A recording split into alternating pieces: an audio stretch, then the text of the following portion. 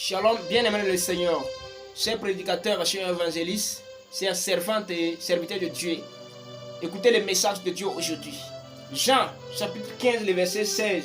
Jésus dit, ce n'est pas vous qui m'avez choisi, mais moi je vous ai choisi et je vous ai établi, afin que vous alliez et que vous portiez du fruit et que votre fruit demeure, afin que ce que vous demanderez au Père en mon nom, il vous le donne.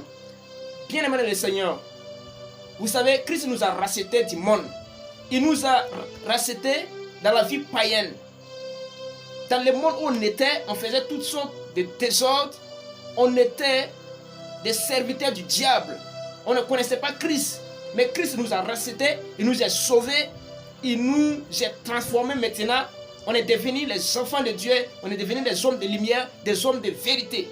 Et Christ nous a zélés par sa parole. Il nous a transformés, il nous a reconstruits. Et maintenant, Christ a mis sa parole en nous. Il nous a confié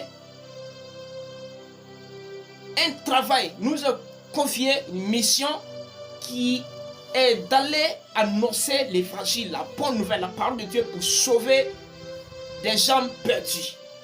C'est pourquoi le message que Christ nous a donné, c'est un message de vérité, un message très puissant, un message qui libère, un message qui sauve les âmes. C'est pourquoi aujourd'hui, si on s'engage pour faire l'œuvre de Dieu dans la vérité, dans la volonté de Dieu, on sent que les gens ne nous écoutent pas, on sent qu'il y a des attaques partout.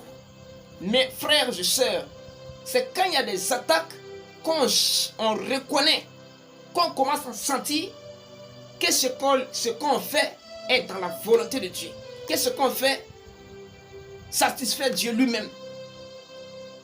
Quand Christ nous envoie avec sa parole, il y a deux options. Soit nous prêchons l'évangile dans le but d'accomplir la volonté des hommes pour être des personnes qui ont trafiqué la parole de Dieu, ou soit nous prêchons dans le but d'accomplir la volonté de Dieu pour que les hommes nous traitent des esclaves de Jésus-Christ. En ce moment-là, vous êtes heureux, vous êtes dans la joie parce que vous prêchez le message, la parole telle qu'elle est. Vous prêchez le message comme Christ vous les a donnés. À ce moment-là, vous devez vous réjouir malgré les attaques des hommes. Les options sont soit nous prêchons dans le but de satisfaire les hommes et être des trafiquants de la parole de Dieu pour être des modificateurs de la parole de Dieu, ou soit nous prêchons dans le but de satisfaire Dieu lui-même et être des hommes maltraités dans ce monde pour être des hommes plus attaqués par des hommes, par les païens, et être des vrais hommes de Dieu. Aujourd'hui, il y a des hommes de Dieu qui ne prêchent plus la vérité, qui ne prêchent pas la parole telle qu'elle est, parce que les gens ne les encouragent pas, parce que les gens ne les écoutent pas, parce que les gens ne les apprécient pas, parce que les hommes de ce monde ne les supportent pas. Bien aimé, le message qu'on a là, le message ne peut pas être supporté par plusieurs personnes, parce que c'est un message de vérité, un message qui dénonce le monde, un message qui dénonce les mensonges, qui dénonce les désordres, qui dénonce les péchés. C'est pourquoi les gens ne peuvent pas nous encourager. Bien aimé, quand on prêche l'évangile que Christ nous a donné, le message de la vérité, c'est bien, c'est normal que le monde nous attaque, le monde doit nous attaquer. C'est pourquoi même dans vos églises, quand vous prêchez, il y a des fidèles qui se rebellent contre vous parce que vous prêchez un message très puissant. Vous prêchez un message qui dénonce les péchés, un message qui dénonce les désordres, un message qui condamne tous les péchés existants dans ce monde. C'est pourquoi, bien aimé dans le Seigneur, le message que Christ nous a donné, le message blesse. Le message doit toucher, le message doit déranger les gens, le message doit déconstruire des personnes, des rebelles, le message doit déconstruire les rebelles.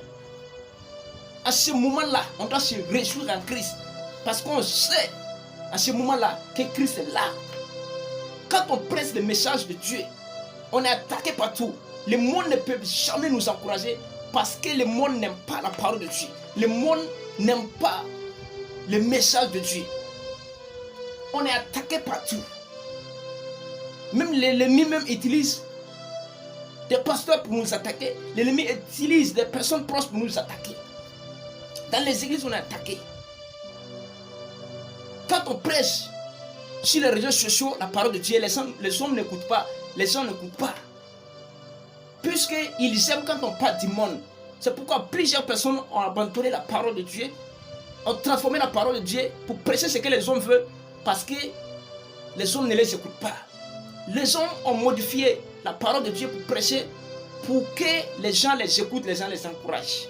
Bien-aimés, c'est Christ que nous devons regarder. C'est la réaction de Christ que nous devons regarder pour faire la volonté de Dieu. Bien-aimés dans le Seigneur, on doit recevoir les attaques. Jésus dit, c'est parce qu'on n'est pas du monde que le monde ne nous écoute pas, que le monde ne nous encourage pas. Prêchons l'évangile quel qu'il est.